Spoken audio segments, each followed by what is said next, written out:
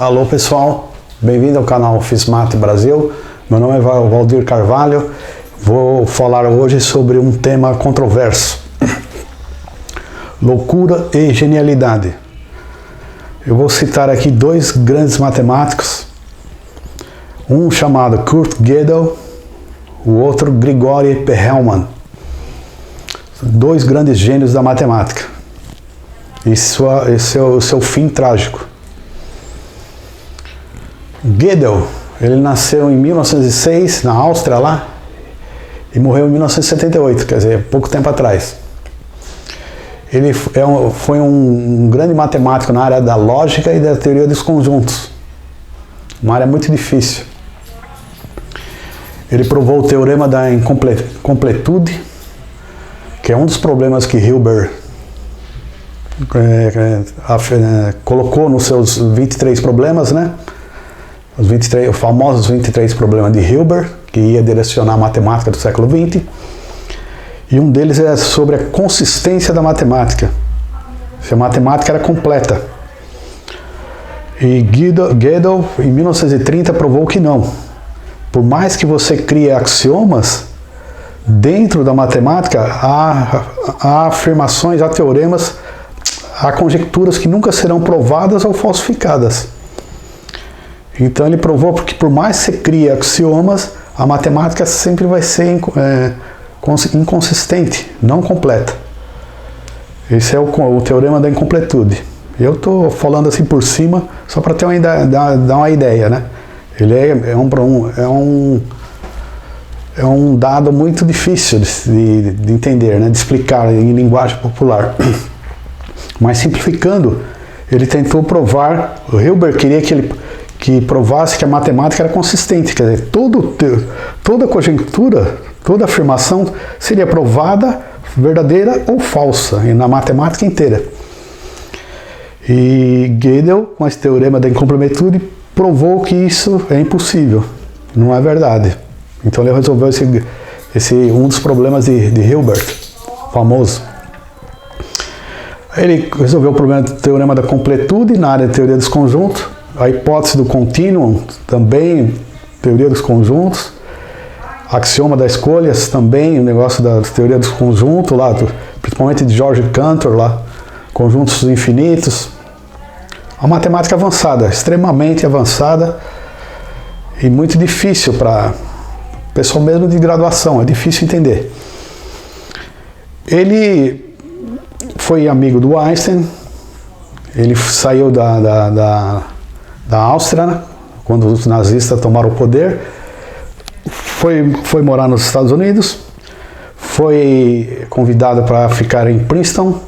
Aí tinha os três mosqueteiros de Princeton, na época, depois de 1933, que desses grandes gênios que fugiram da Alemanha.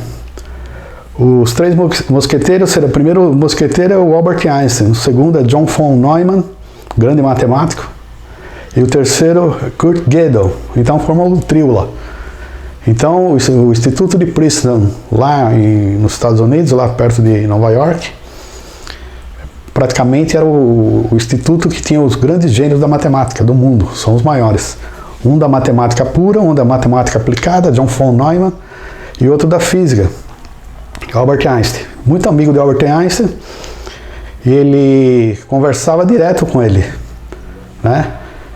E, inclusive ele resolveu, em 48, ele resolveu a equação do campo de gravitação de Einstein de uma maneira muito complexa, muito avançada. Você vê o quanto que ele conhecia de matemática. Só que desde quando ele saiu da Áustria lá, ele ficou com um tipo de paranoia. Ele achava que alguém estava querendo envenená-lo. Então ficou isso na mente. Aí é o seguinte, a esposa dele teria que comer para depois que ele comesse. Isso foi a vida toda. Só que a esposa dele morreu. Conclusão, ele não era brincadeira, não era mania não. Ele parou de comer. Foi internado e morreu de inanição. Quando morreu tinha 27 quilos. Extremamente faminto, né? Então, tipo numa loucura, né? Uma paranoia. E todo mundo achava brincadeira, a mulher dele achava que era uma certa brincadeira dele. Quer dizer, ela tinha que comer antes, ele achava que a comida estava envenenada. Isso quando ele saiu da Europa. Isso aí acabou gerando uma paranoia e morreu por causa disso. Quer dizer, um grande cérebro, um grande gênio da lógica. Esse teorema aí é um dos grandes avanços do século XX da matemática. Tem muitas consequências no campo da matemática pura, da matemática até aplicada. Mas ele teve esse fim trágico. Por quê? Os mistérios da mente humana, né? Se é devido à matemática ou não, se é devido à genialidade dele, que era muito inteligente, não sabemos. Mas simplesmente ele morreu devido à paranoia. Outro é um cara já famoso, e ele está vivo atualmente, é o Grigori Perelman, um matemático russo. Ele nasceu em 1966. Ele, em 1982, com 16 anos, ele ganhou a Olimpíada Internacional de Matemática. Ganhou uma medalha de ouro. Ele era muito bom em matemática. Ele provou em 2003 a conjectura Poincaré. Poincaré é um grande matemático do século XIX para o século XX, morreu em 1912. Mas Poincaré é um gigante da matemática. Tanto ele fez obras na teoria da relatividade, ele fez obras em todo o campo da matemática. Ele e o Hilbert, os dois ali eram os dois gigantes. Poincaré deixou um problema difícil para ser resolvido. Ele chamou essa conjectura de Poincaré. Extremamente difícil na área de topologia. E esse Perelman ele conseguiu resolvê-lo em 2003. Só que ele tem um comportamento estranho, porque em 2006 a medalha Fields, que é dada para grandes trabalhos em matemática, grandes avanços em matemática para pessoas menores de 40 anos de idade, ele recusou. Aí já é um sinal de alerta, né? Não é normal a pessoa recusar um prêmio. Ninguém recusa um prêmio. Como é que um atleta vai recusar uma medalha? Como é que um indivíduo vai recusar o diploma, um prêmio? É estranho, então já é mais estranho. A medalha Fields, ele recusou em 2006. É já um sinal de alerta. Passado a conjectura de Poincaré foi feita pelo Instituto Clay, lá dos Estados Unidos, no ano 2000. São os 7 problemas do milênio. Quem resolvesse cada um desses problemas ganharia $1 milhão. Conclusão, ele resolveu um deles, que era a conjectura de Poincaré. Só que aí eles analisaram a resolução dele, levou 2 ou 3 anos para os matemáticos analisarem e viram que está certo. A demonstração dele, Grigori Perelman, foi contemplado agraciado com um prêmio Clay de $1 milhão e ele simplesmente recusou. Outro sinal de alerta. Não é normal a pessoa recusar $1 milhão por um prêmio que ele fez, né? Que ele teve talento, ele teve capacidade. Não é vergonhoso, não é, sei lá, feio, né? Ele tá sendo recompensado pelo grande mérito dele. Outro sinal de alerta. Aí os jornalistas tentaram, depois que ele recusou o prêmio, tentaram conversar com ele. Ele simplesmente não conversa com ninguém, não fala com ninguém lá em São Petersburgo, antiga Leningrado ali. Fica perto da Polônia ali, é o noroeste da Rússia. Não conversa com ninguém, não fala com ninguém, não quer saber mais. E acredite, ele estava lá no Instituto de Matemática, né, Stepklov, lá em São Petersburgo, e ele pediu a conta do emprego. Outra coisa estranha, porque é um grande matemático, um grande pesquisador do calibre dele, é para ele estar lá na universidade, trabalhando, pesquisando. Ele é famoso, já tinha o seu nome. Simplesmente ele pediu a conta do emprego. Vive recluso lá num apartamento com a sua mãe, não conversa com ninguém, não quer saber de ninguém, não quer saber de jornalista, não conversa com ninguém. A mãe dele é aposentada, a aposentadoria na Rússia é tão pequena quanto aqui no Brasil, o valor, e simplesmente é isso, o cara simplesmente, segundo o orientador dele, ele abandonou a matemática. Agora, a pergunta que eu faço para vocês, o que é isso?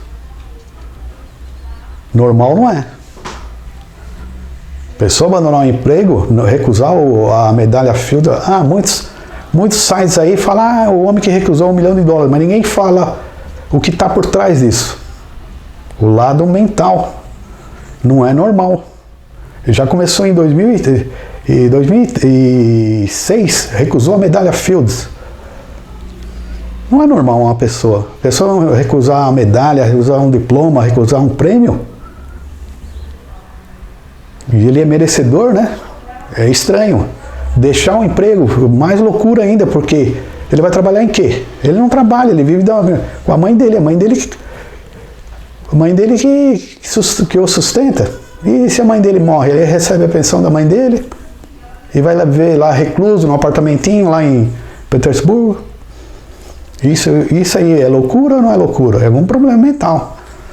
Não é normal.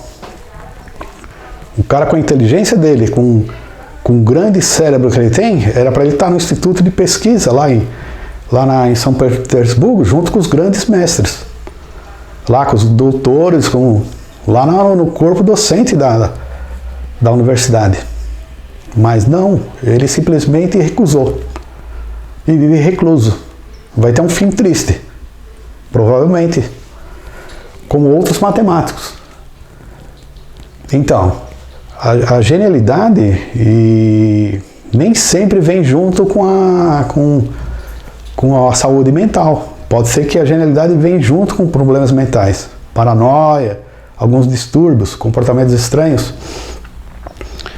Na matemática teve outros exemplos. George Cantor, grande matemático, também russo, né? Viveu na Alemanha. E da teoria dos conjuntos, teoria do trânsito infinito, morreu no hospício. John Nash começou a dar para matemático famoso, que ele ganhou o prêmio Nobel de Economia, também deu problema de esquizofrenia, teve que ficar internado. Depois de 1970 que John Nash começou a se recuperar, mas depois morreu num acidente de trânsito. Mas ele ficou vários anos internado em clínica psiquiátrica. John Nash, um grande matemático, famoso na teoria dos... Teve até um filme sobre esse John Nash. Tá aí, pessoal. Essa é a conclusão desse tema desse vídeo. Um tema controverso, genialidade e loucura. Nem sempre a genialidade está relacionada com a saúde. Pode acontecer de estar com problemas mentais. E aí é grave até. Esse eu citei alguns exemplos aí conhecidos da matemática. Tá bom? Se você gostou, deixa um like e até mais. Abraço.